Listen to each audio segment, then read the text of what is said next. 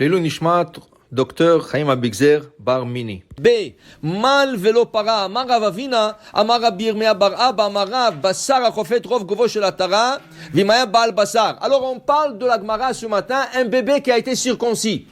Mais le parent le regarde et il voit qu'on dirait qu'il n'a pas été circoncis. Il arrive des fois que on dirait que la peau est revenue à sa place ou la peau n'a pas été assez coupée. Alors, qu'est-ce qu'on fait dans ce cas? Est-ce qu'il faut recirconcire? Qu'est-ce qu'on fait dans ce cas? Alors, d'abord, on appelle ça Katan Hamesurbal Babasar. On appelle la chair qui est épaisse sur l'organe génétical. Et qu'est-ce qu'on fait dans ce cas? Alors, une fois, ça arrive des fois, et les parents, ils savent pas quoi faire, Alors, il faut savoir. Le moyen ne peut pas trop couper, parce qu'il peut faire un défaut physique au bébé, même le mettre en danger de vie. Le moyen ne peut pas moins couper, parce que s'il reste de la peau, excès de peau, c'est comme s'il n'a rien fait. Alors, c'est pour ça qu'on a l'outil qui s'appelle Magen. Le Magen, il a la forme d'un V. Alors, il rentre l'organe pour protéger l'organe qui ne soit pas touché par le couteau et il coupe.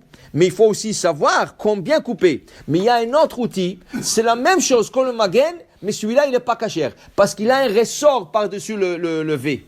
Et celui-là s'appelle le clamp. Le clamp est interdit complètement selon tout le rabbin dans la halakha, parce que le clamp, il arrête le sang du bébé. Et pourquoi ils font ça? Ça, c'est des moëls qui ne sont pas entraînés.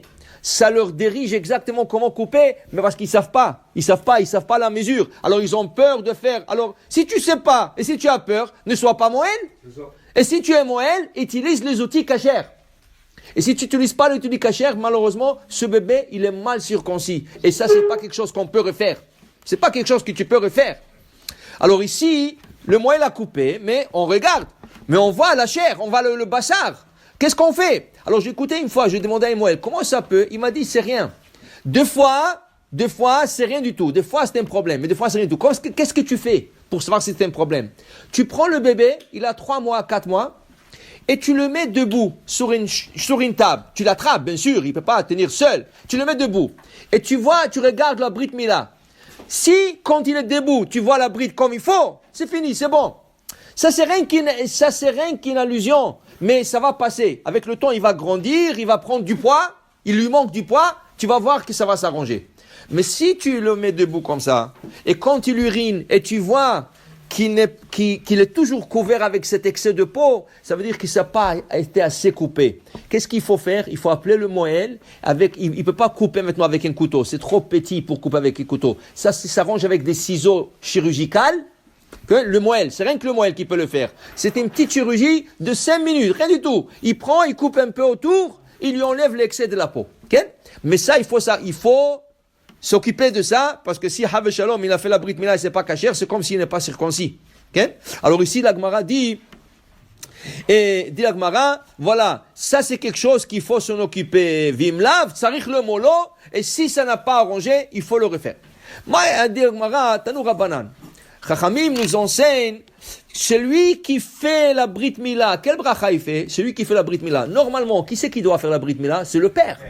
C'est une des obligations du père. Si le père n'est pas capable, il doit nommer le moël comme son messager, shaliach. Alors il doit lui dire, je te nomme comme mon messager. Comme on peut faire tout par messagerie, ça aussi ça se fait par messagerie. Alors quel bracha on fait? Baruch ata Hashem, Elokeinu v'cholam, asher kiddushanu mitzvotav v'tzivanu al hamila. Hal amila, ken? Alors ça c'est la bracha, ken?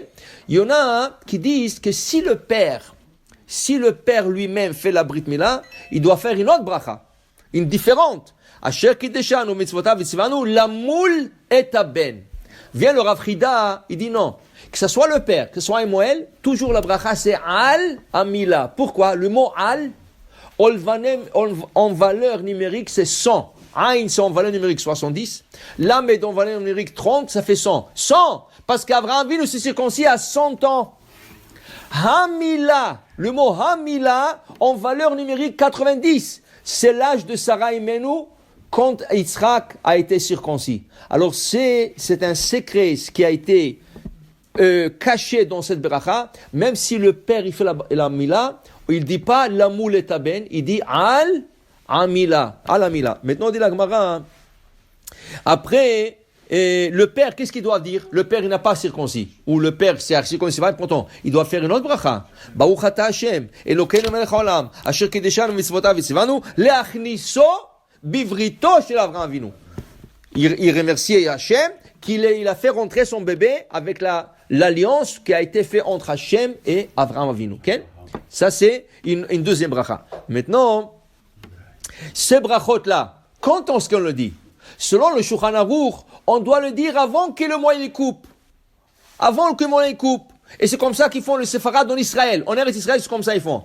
Mais les Ashkénazes et les Marocains, ils le font après que le moyen coupe. Une fois qu'il a coupé, ça veut dire d'abord, il fait la bracha à la Mila, avant de couper. Il coupe, et après, le père, il dit, Asher kedeshan mitzvotav v'tzivanu lachniso bivrito shel Avraham Avinu. Tous les deux coutumes sont valables. Maintenant, il y a une autre troisième bracha. L'assistance, elle doit bénir le bébé. Il faut lui donner une bracha. Et on lui dit, Ken, Asher kidesh yadim mibeten vechor bishorosam vetzetzav chatam be'od brit kodesh. Alors, celui qui fait la bracha au nom du Kaal, il va prendre une coupe de vin, boré priagefen, Baruch ata Hashem koret abrit, et on dit Asher kidesh yadim mibeten, c'est une bracha qu'on donne, et tout l'assistance dit, Keshem shichnasto la berit, quand achniseu la Torah, ou le mitzvot, ou ma'asim tovim, tu le feras entrer dans la Torah, dans le mitzvot et dans les bonnes actions. Pour dire que c'est très important de bénir le bébé. Le Rabbi Nishraï ramène. Il y avait une fois un grand chacham, dans le temps de Talmud, un grand chacham, il a assisté à un brit mila, dans un brit mila, et ils ont bu du vin. Alors le rabbin, il a levé un verre de vin, et il a dit, Bezrat Hashem, de la même manière qu'on est là dans la brit mila, qu'on a le mérite, assister dans son mariage. Quand il est sorti du mariage, c'était déjà de la Brit Mila, il est resté un peu dans la ville, il faisait déjà un peu tard. Il était un peu nuit. Qui rencontre en route un démon? Il voyait que le démon n'était pas content. Il dit, qu'est-ce qu'il y a? Il lui dit, tu sais qu'est-ce que tu as fait? Il dit, non, je ne sais pas, qu'est-ce que j'ai fait? Il dit, tu as béni ce bébé, tu as dit, comme on a fait la Brit, tu lui as souhaité d'arriver à son mariage. En vérité, moi j'étais en charge de lui faire du mal à ce bébé. Il devrait mourir. Mais grâce à tes brachas, je ne peux rien faire. Pour te dire, c'est tellement important de faire la bracha au bébé. Que tu dis, Bezrat Hashem, Keshem shenichnas la berit, kach yikanes la Torah, ou mitzvot, ou ma'asim tovim. C'est une bracha pour une longue vie, pour le bébé. Et c'est important que l'assistance, tous, ils disent cette bracha. Baruch Adonai le'olam. Amen ve amen.